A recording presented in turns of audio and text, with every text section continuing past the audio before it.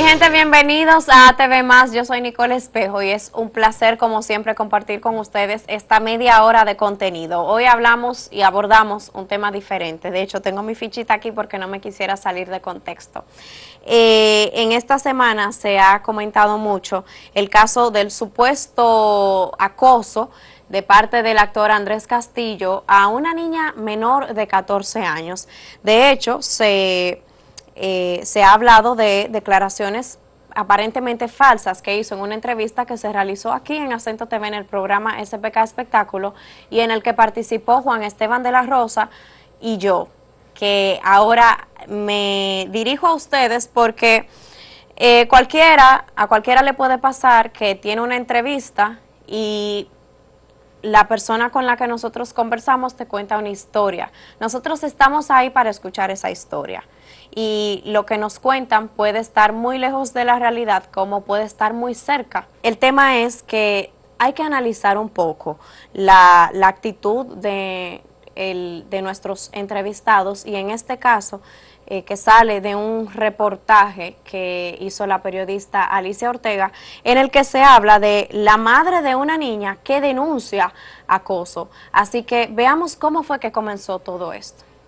Hace unos meses, el actor Andrés Castillo contó la historia de éxito de su carrera en una entrevista que concedió al programa SPK Espectáculos de Acento TV. Habló de tener papeles protagónicos en distintas películas, de que ya estaba escribiendo y produciendo 2 de su autoría. Castillo mencionó nombres conocidos en el cine nacional e internacional como Juan Basanta, que habría sido el director de su primera protagónica, y el actor de Hollywood Mark Wahlberg, con quien dijo que filmó hace unos meses. Yo filmé una con Mark y lo próximo agendado es para el 2023. En la que tú estuviste con Mark Wahlberg fue la de aquí en mayo, ¿no? Sí. Esa fue la historia que se conoció hasta que una mujer denunció que el actor dominicano supuestamente acosó y coaccionó a su hija de 14 años ofreciéndole participar en una película. En un reportaje de la periodista de investigación Alicia Ortega, la madre explicó que ella y su hija conocieron a Castillo en un casting, que en ese momento conversaron como cualquier persona a la que acabas de conocer. Nos invitaron a una campaña sobre reciclaje a mi hija y a mí, entonces fuimos a una sesión de fotos y en esa sesión de fotos coincidimos con él y nos hicimos algunas fotos los 3 juntos porque él también formaba parte de esa campaña.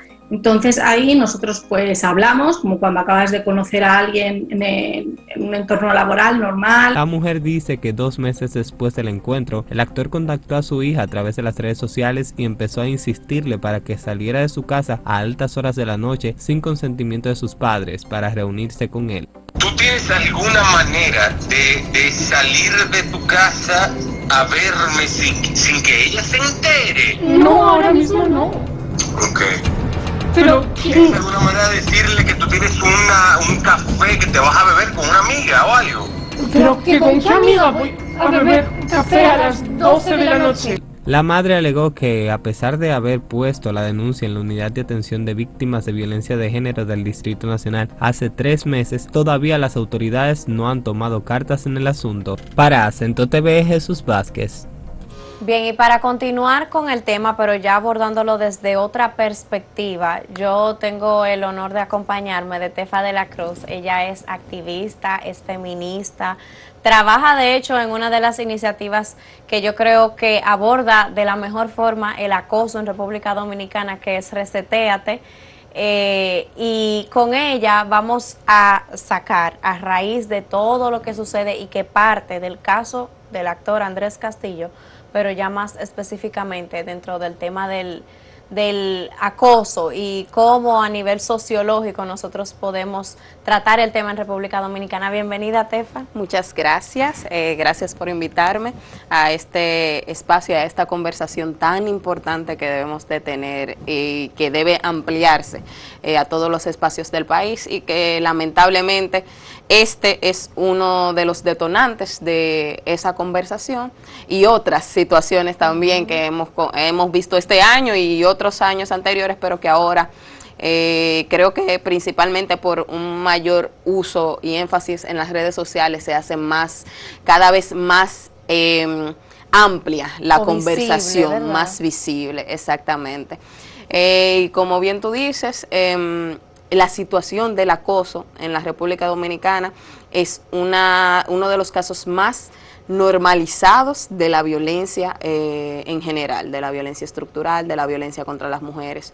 Y esos imaginarios sociales, que es lo que trabajamos principalmente desde RCTAT y otras organizaciones y en el feminismo en general, los imaginarios sociales, aquí en la República Dominicana, esa situación del acoso está muy normalizada. Por ejemplo, el acoso sexual callejero está normalizado en más de un 80%.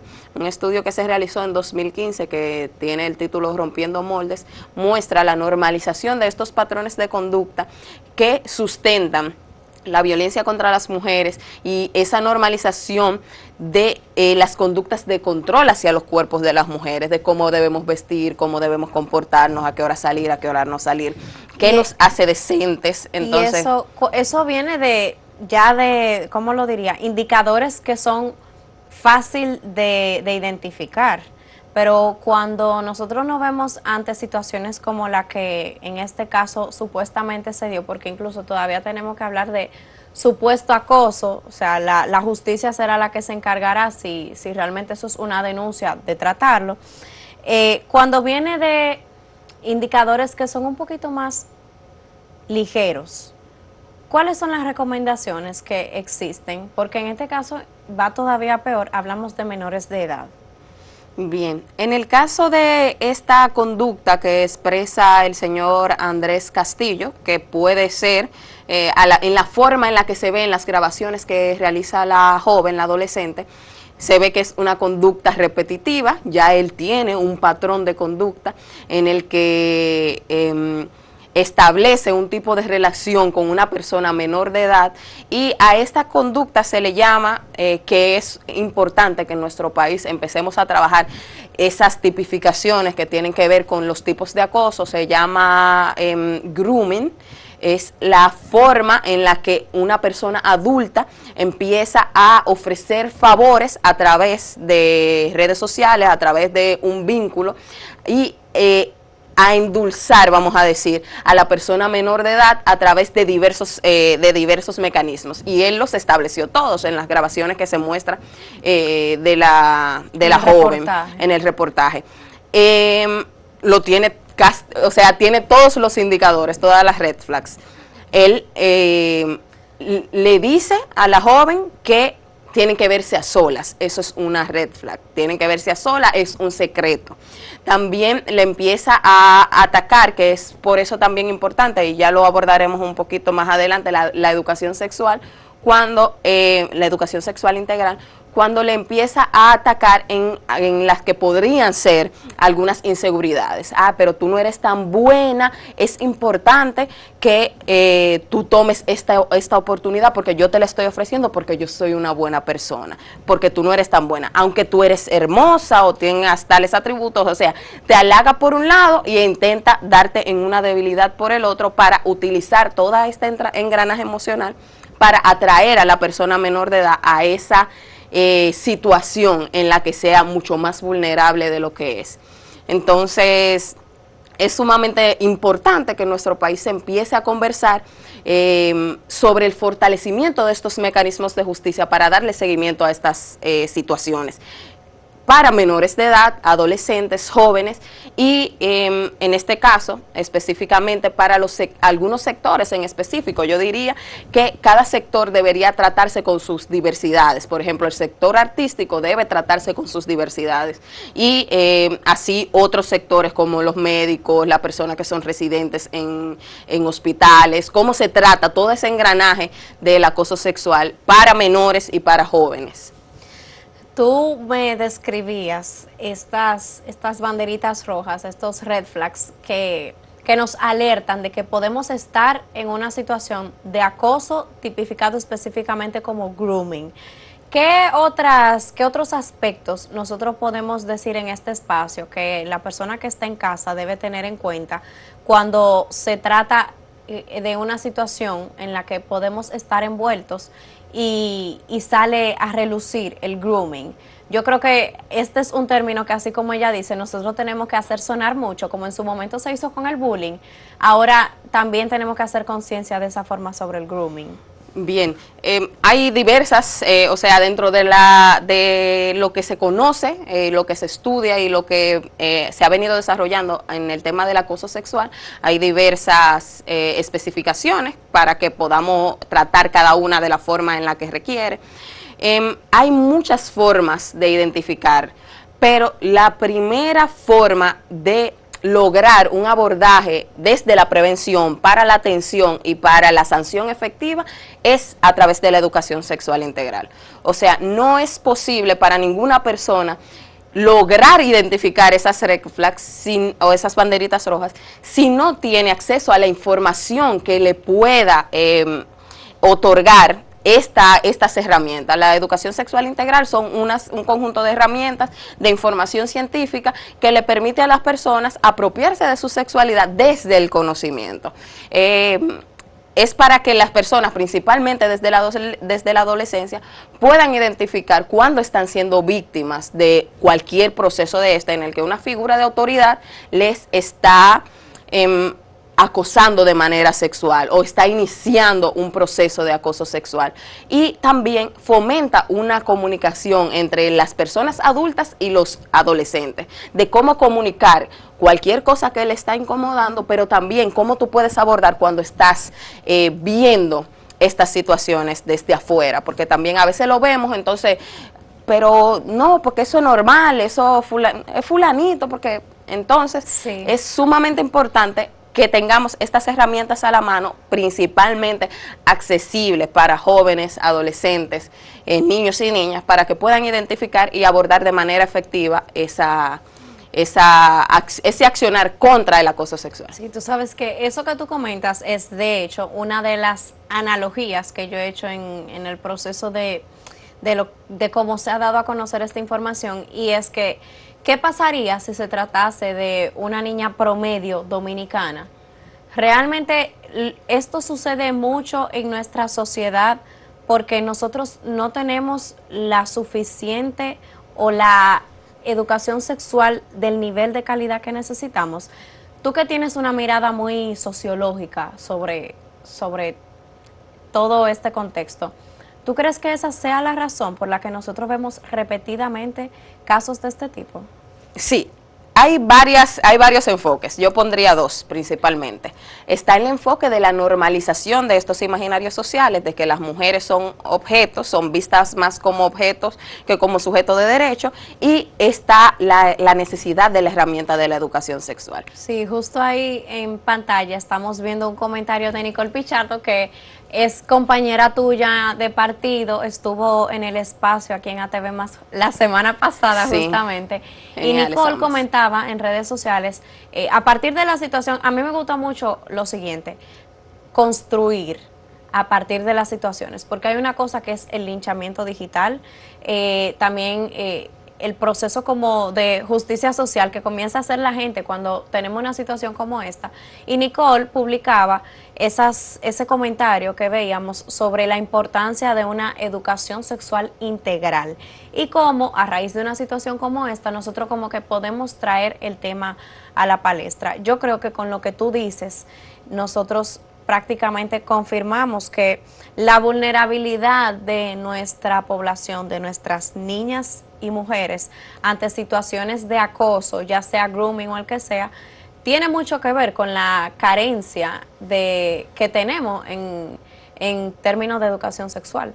Claro, incluso la falta en la denuncia de este tipo de situaciones o la disminución de las denuncias, porque no todos los casos se denuncian, porque hay una situación de estigma, hay una situación de revictimización, que qué bueno que no se ha dado en este proceso, porque de una vez sacan los nombres, sacan la foto y mira, fulanita, pero que ha tenido tanto novio. Esa no es la cuestión es que está siendo una adolescente acosada sexualmente por un adulto en un proceso de extorsión, incluso de coacción, porque le está ofreciendo, le está diciendo que no le diga a sus padres que salga a altas horas de la noche, diciendo que va para otro lugar, y es una situación que se presta incluso para otras situaciones de peor envergadura de la que ahora estamos viendo.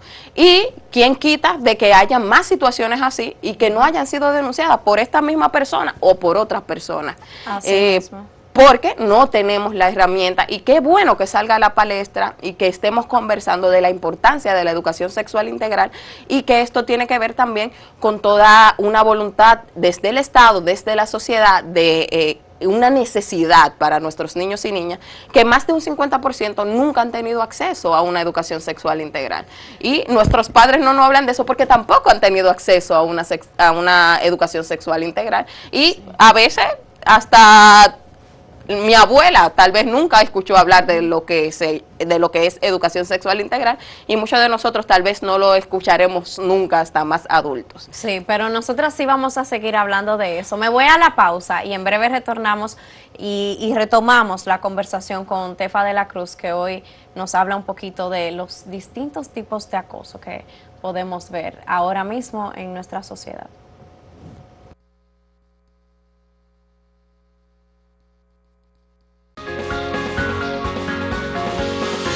Continuamos la conversación con Tefa de la Cruz, que hoy como activista, como feminista y como política también nos da un poco una perspectiva distinta sobre el tema social que se ha generado a raíz del supuesto caso de abuso contra una menor de parte del actor Andrés Castillo. Entonces hay una cosa sobre él que se comenta, Tefa, y aunque se relacione mucho al tema de salud mental, yo voy a ver desde tu perspectiva que tú podrías decirme sobre eso.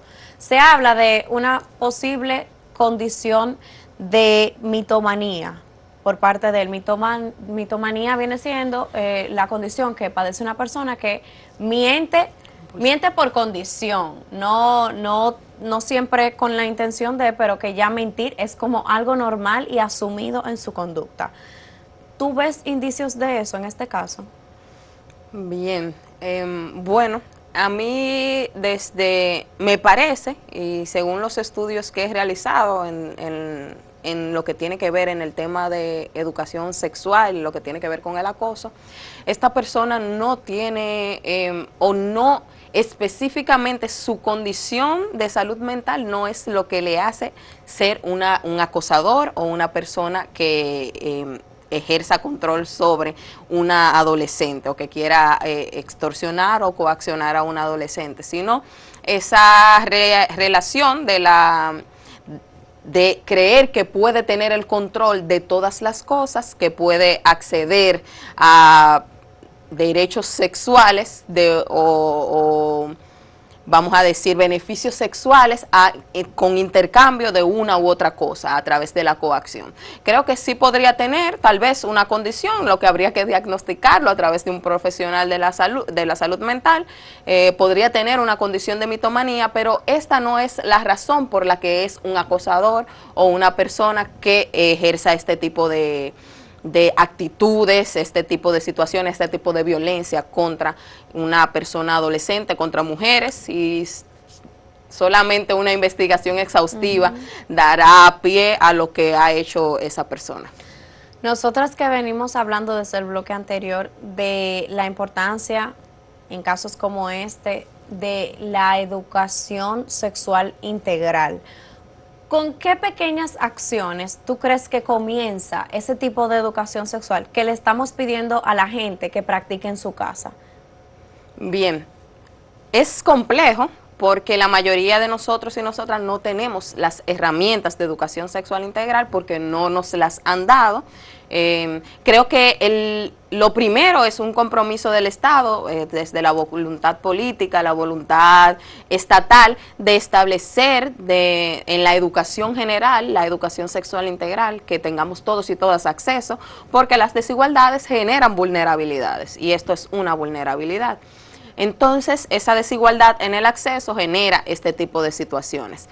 y qué bueno que esa persona haya tenido las herramientas para denunciarlo. Y otra cosa importante es que también la respuesta del Estado ante este tipo de situaciones, que la madre se ve obligada a hacer hacerlo público porque no tiene una respuesta hace más de 3 meses desde el Estado, desde la justicia. Entonces es importante esa parte, y desde nuestros hogares tener unas conversaciones abiertas, sinceras con nuestros adolescentes, saber que también van a ejercer su sexualidad en algún momento, tumbar esas barreras, y que ellos y ellas puedan comunicarnos lo que están sucediendo en nuestras vidas, sin pelearles, sin victimizarlos, sin decirle, no, mira, eso no se hace, sino tratando de que tengamos una conversación como de una persona que te estoy escuchando tus situaciones y que puedo ayudarte en cualquier situación, que mira, si esto sucede, es bueno que me lo comuniques, si hay una persona indicándole cuáles son esas banderas rojas que pueden alertarle en cualquier situación, y que tenga la apertura para comunicarle eso a la persona adulta. Y si no es a mí, que se lo diga a tía, que se lo diga a una de las personas cercanas del círculo de confianza. Que se sientan en la confianza de hacer eso. Pues mírenlo ahí, la recomendación es esa, abrirnos a tener conversaciones sobre ese tema en casa, y que la guía siempre venga de la persona más cercana y no necesariamente de cualquier otro que puede estar cambiando la perspectiva de las cosas. Tefa, yo aquí me tengo que despedir de ti, pero no terminamos el tema todavía, así que gracias por tu tiempo, por venir a este espacio. Gracias por la invitación. Estamos abiertas a tus ideas cuando quieras. Y a la orden también, siempre. En ATV Más vamos a continuar con el tema, ya dando una conclusión de todo lo que se ha conversado y a qué nos puede llevar esto como individuos de una sociedad que quiere crecer a partir de situaciones como esta. Así que luego de la pausa vemos todo eso.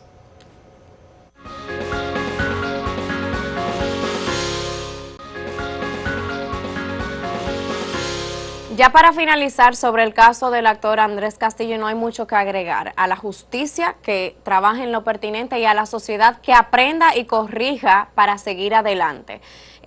A raíz de esto, un tema del que yo sí entiendo que nosotros podemos aprender, porque es una industria que crece en República Dominicana, es sobre los procesos de casting. Y para eso nosotros pudimos hablar con Anthony Bruno, que es el director de la agencia AVE Casting, y con Miguel Fernández, que es el director de casting de la Central de Casting. Los dos, con la mejor disposición del mundo, estuvieron abiertos a explicarnos y educarnos un poquito en el tema de que nos permite discernir al momento de hablar sobre las audiciones y los procesos de las audiciones. Así que comenzando esa conversación sobre el protocolo que se sigue para el proceso de una audición, y específicamente en el caso de los menores de edad, ellos nos dicen que todo se hace a través de un adulto. Vamos a escuchar lo que nos dice Anthony Bruno de AVE Casting sobre este tema. Desde el principio, la convocatoria hacia los menores se detalla y se exige la presencia de un adulto. Incluso al momento de solicitar los datos, tenemos por costumbre en el formulario que enviamos de manera automática a las personas que nos escriben a través de correo o a nuestro número de WhatsApp, es que se completan los datos de los padres, acta de nacimiento y demás. Hoy en día los menores tienen acceso a la tecnología, tienen acceso a un teléfono, a un mail, y tienden a aplicar a solicitudes que a veces los padres no están en conocimiento. Por eso nosotros solicitamos de manera inmediata que nos envíen la cédula, documentos, el acta de nacimiento, como lo dije, precisamente para garantizar de que el padre esté enterado, pues muchas veces los menores no tienen el manejo de esos documentos y se les hace difícil. Inmediatamente vayan donde su padre a pedirle la cédula. Papi, necesito tu cédula. ¿Para qué? ¿Para qué tú necesitas mi cédula, mijo? Entonces se da esa dinámica que nos asegura a nosotros de que el padre esté enterado de que su hijo menor de edad está aplicando a un casting con su autorización. Otra pregunta que nosotros abordamos con estos profesionales fue en qué circunstancias una persona se puede sentir intimidada en un proceso de casting, y Miguel Fernández nos decía que se supone que si es un proceso de casting profesional no debería existir ningún tipo de alarma, porque el hecho de que exista algún tipo de sospecha ya habla y es motivo suficiente para que se dispare ese sentido de alerta. Escuchemos lo que nos decía Anthony Bruno de AVE Casting ya en una explicación detallada sobre esto. Es muy importante que tenga en cuenta de que ninguna agencia de casting que esté establecida y que trabaja de manera honesta y formal en la industria tanto del cine o la televisión o la publicidad, acá en República Dominicana y a nivel internacional también, va a solicitar, por ejemplo, dinero o fotos indiscretas, dígase desnudos o ese tipo de cosas, y tampoco va a citar a ninguna persona fuera de un horario laboral en ningún lado. Normalmente los talentos son citados en oficinas ya preestablecidas de productoras conocidas o quizás en un estudio rentado para la producción que se esté desarrollando.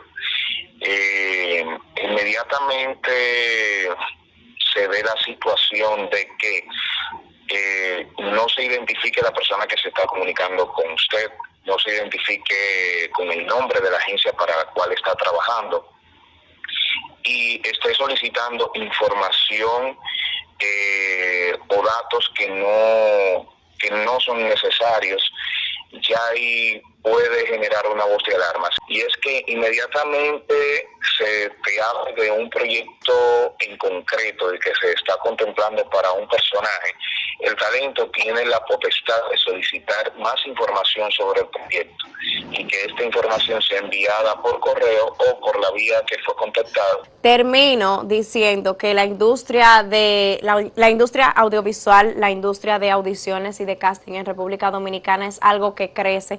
Nosotros tenemos muchas personas y muchas agencias que trabajan a diario para llevar lo mejor del talento dominicano. Y nada, si usted es de las personas que está inmersa en este mundo, recuerde que al momento de aplicar a un casting se envíen las informaciones pertinentes tal y como lo piden en la agencia. Con eso yo me despido. Creo que estos escenarios son los que nos permiten analizar las situaciones sociales para seguir creciendo y espero que por nuestra parte ya el tema quede aquí, porque no hay que seguir lloviendo sobre mojado. Mejor tomemos otras perspectivas y aprendamos de los sucesos. Hasta la próxima, señores. Hoy ha sido un programa un poquito diferente.